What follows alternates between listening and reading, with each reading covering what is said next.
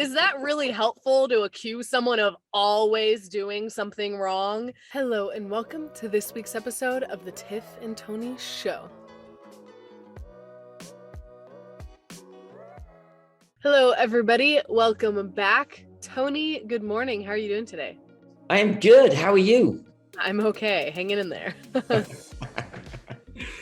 Well, it's good that we're here today because we want to talk about our negative self-talk and how we can talk ourselves into a life that we don't necessarily want to live, right? Because when we think about it, we can sometimes talk our thoughts into the real world. And when we talk our thoughts into the real world, they can become the reality in which we live, right? And so they can become our life. And we end up living this life because we're thinking it and because we're talking it, and that's what's turning up. Just a question here for you. Do you know how many thoughts the average person has in a day? I'm going to take a guess at this. Between 12 and 60,000 thoughts a day. Yes. How would you know? Yes, we do discuss our topics before we jump on this and record it. So yes, 12 to 60,000 thoughts a day, according to the National Science Foundation. So how many of those do you think are negative? Around 80%. Yeah, 80% of our thoughts are negative, which is crazy insane when you think about what we're doing. And unfortunately, most of us don't even know that we're doing it, right? We're just living in a world and it's crappy and it's this and it's that. And 80% of our thoughts are negative. And then they say that 95% of those thoughts are simply a repeat of yesterday's thoughts. And so we just keep recycling the same old nonsense, which is kind of sad, really. But so what do you think about that? How do you feel about when you hear something like that? How do you feel about it? I think it sucks, and I think it's sad, and it sounds exhausting. And maybe that's why we're all tired a lot of the time, is right. Not even from the things that are exhausting from our external world, but our internal world is exhausting too. I negative self-talk all the time. I tear myself down. I say terrible things to myself, about myself, and I know that I would never say like 99% of the things I say to myself to someone else, even a stranger. Yeah. And when you think about it that way, like, let's pause. Tony, why don't you think about what you tell yourself on a daily basis, or some of the recurring messages you tell yourself? Audience, do the same thing. And then think, would I tell someone at the grocery store that? Someone I don't even know? Would I be that mean to a stranger? What about to your loved ones? What about to your friends? My biggest internal story is you're just not good enough. And I know that it's there. And just like you said, would I say that to any of my family members, my friends, the people I coach, my staff? Yeah, Tiffany, you're just not good enough. Come on, suck it up. Thanks. Super encouraged. So it's being aware of that internal dialogue, right? What's going on in here? Because a thought, when you look at this, a thought is just a made up sentence, right? And we make it up in our head. Doesn't make it real. And so we can change that. But if it's constantly negative, we've got to really interrupt that chain of thought and really kind of cut into it and say, okay, what is really going on? You actually said something about negative thoughts in the absolute. Tell me more about that. Yes. So it's really easy when we're talking to ourselves, and even when we're having conversations with other people, to use absolutes. And what we mean by that are words like never, always, all the time, forever. These really permanent sounding words that we attach to these things that we may think.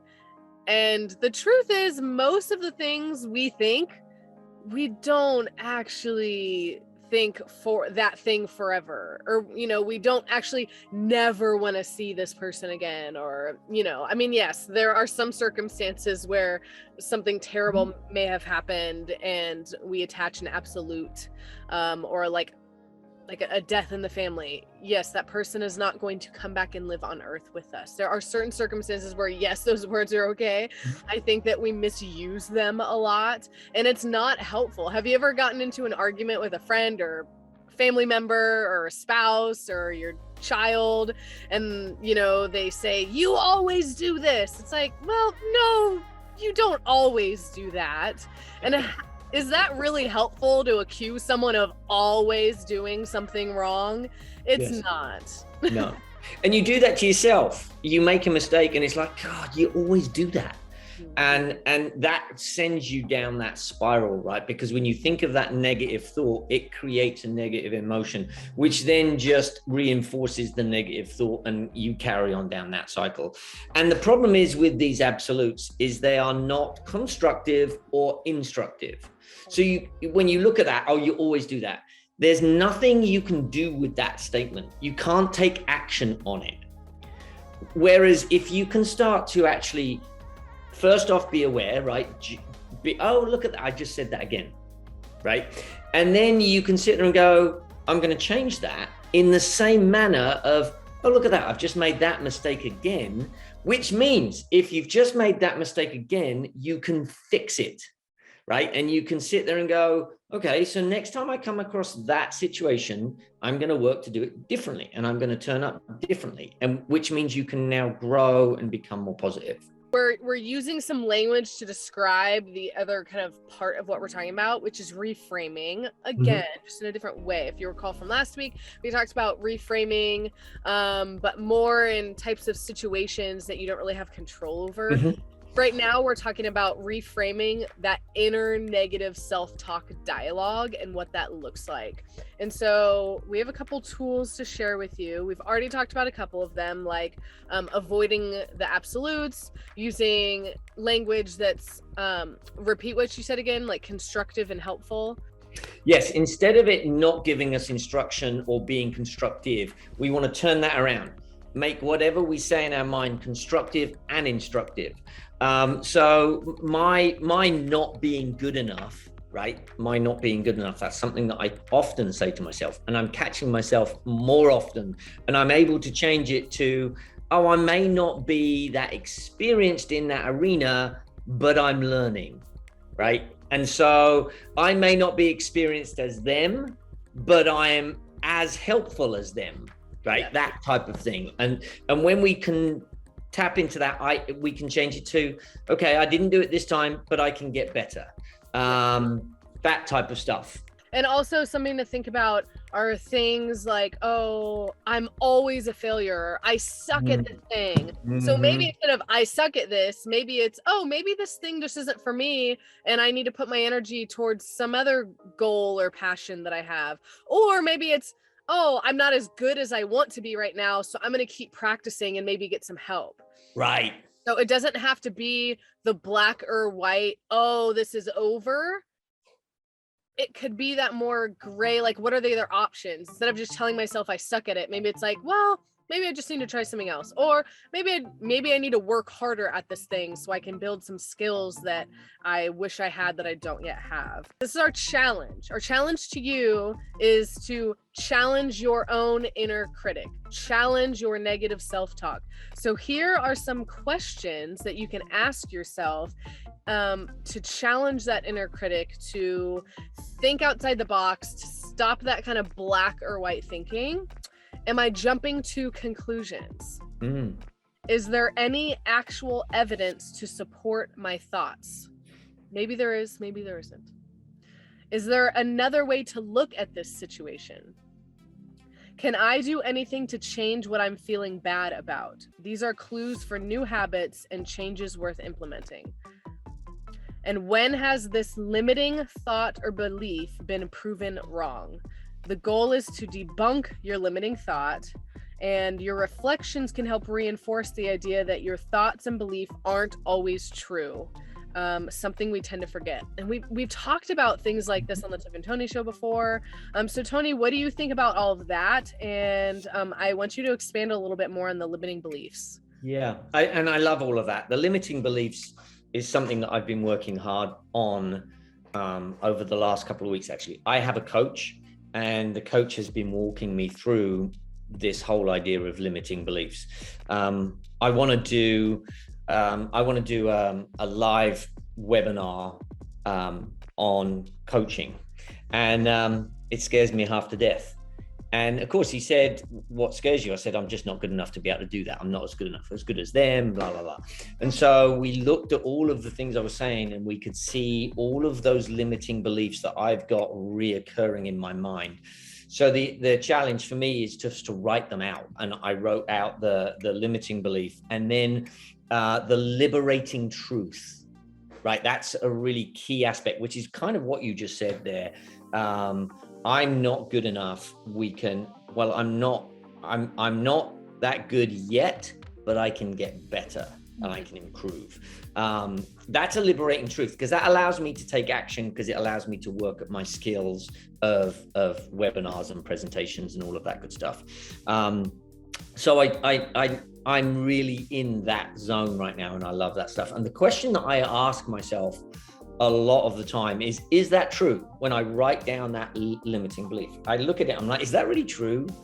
Or I would ask myself, what would need to be true for that to be a reality? What would need to be true for that to be a reality? And then you can make sense of what you've just thought, right? You can actually sit there and work through it. And then when you look at that and you ask yourself, how do I fix this? What you've just done in the brain now is you've just given your brain something to attach itself to actually remedy the situation, to fix it, right? Again, it comes back to this constructive and instructive. I'm not good at this doesn't do anything, right? It just is a blank statement. I'm not good enough yet, or I want to work to become better at that particular skill.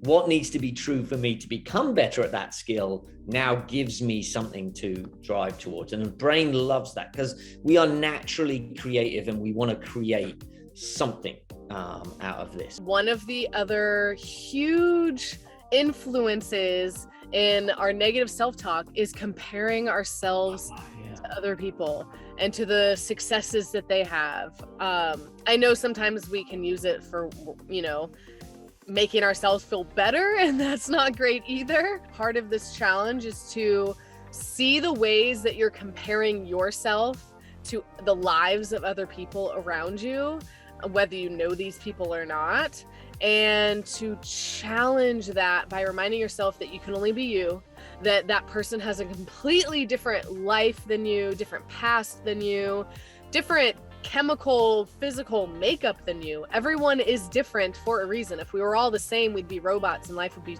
very boring and weird probably.